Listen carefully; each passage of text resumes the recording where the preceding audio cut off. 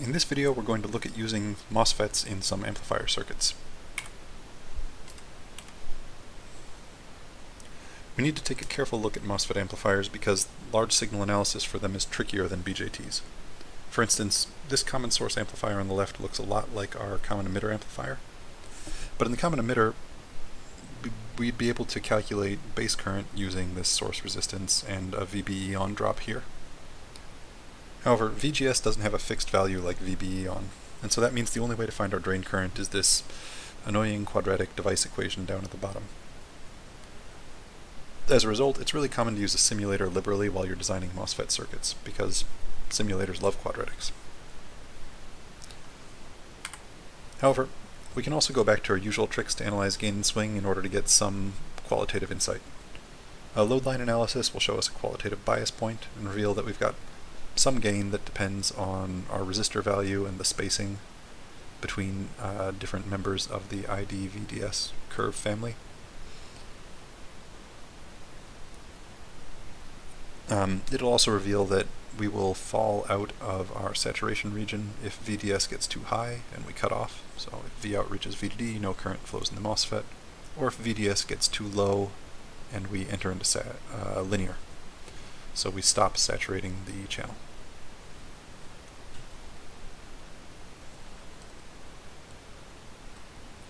There's another graphical tool that I like a lot for MOSFET amplifiers called a transfer characteristic. This is a plot of the large signal Vout versus large signal Vin. And so you can clearly pick the swing off of this plot. It's bounded by the regions where our MOSFET leaves saturation and enters into linear when Vin gets too high, or enters into cutoff when Vin gets too low. You can also pick out the gain of your amplifier because it's just going to be the slope of this curve in between the entry into linear and cutoff regions. Now, one interesting feature of this transfer characteristic is that as we keep making Vin higher, our Vout voltage keeps getting lower in the triode region, and that's different than a BJT. Right? In a BJT, we'd just get pinned down at VCE sat and stay there. However, the triode region is a lot slower changing than in MOSFET, is a lot slower changing than the saturation region in a BJT. So we see this kind of continued tail region as Vin gets higher. Finally, we could also approach this by doing some co-design with our small signal model to take advantage of our fancy new GM expression.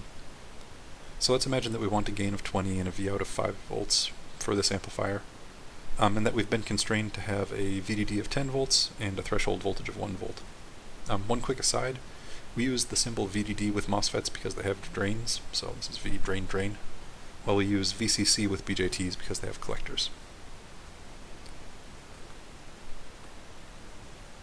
Okay, we know the dropout across the resistor has to be 5 volts in order to ensure 5 volts at the output, so IDRD is 5 volts. And I know that the gain is equal to GM times RD. I haven't technically proven that to you, but you might be able to believe it because the common source looks kind of like a common emitter. If not, it'd be great practice for you to pause the video and analyze the small signal model of the MOSFET. I'm just not going to go over the solution, so I encourage you to do that on your own. We substitute in our fancy expression for GM here, and now we have two pretty simple equations in 3 unknowns, RD, ID, and overdrive.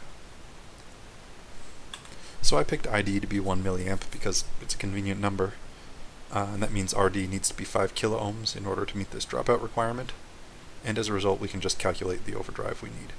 The VB has to be 1.5 volts because 2 IDRD is equal to 10. So 1.5 minus 1 is 0.5 on the bottom there.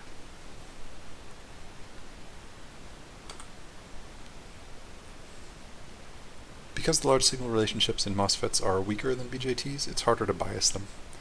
So for instance, I've put our standard resistor divider bias on a MOSFET on the left side of this slide, and specifically it's biasing up a common source amplifier with source degeneration.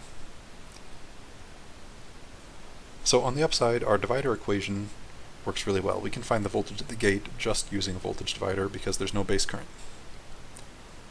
On the downside, that divider equation is equal to VGS plus ID times RS.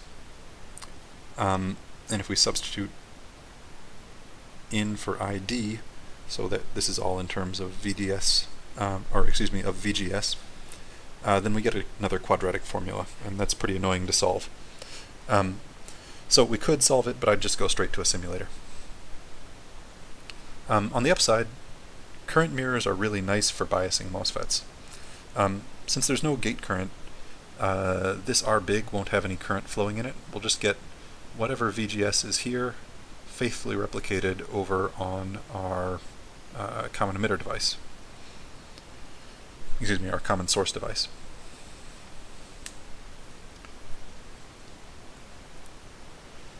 We can also do something even cooler by letting the common source device have a width of 2 microns while we let our diode connected device have a width of 1 micron.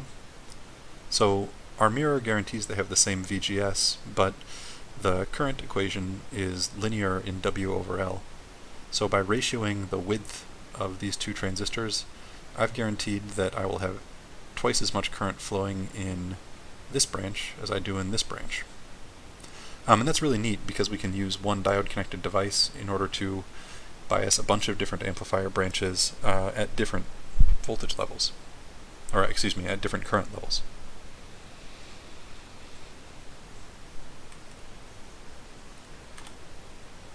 So in summary, finding the large signal bias point with MOSFETs is tough.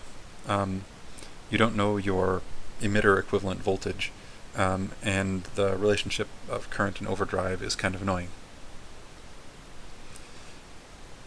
So you can fix that by going to a simulator or by using various tricky analysis.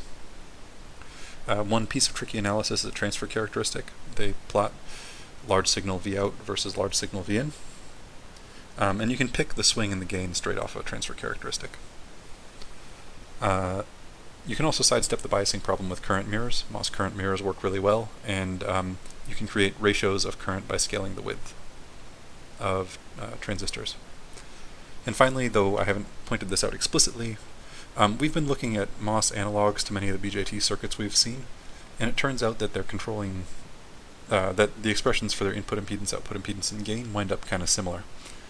So you can take our learnings from BJTs when you're analyzing MOS circuits.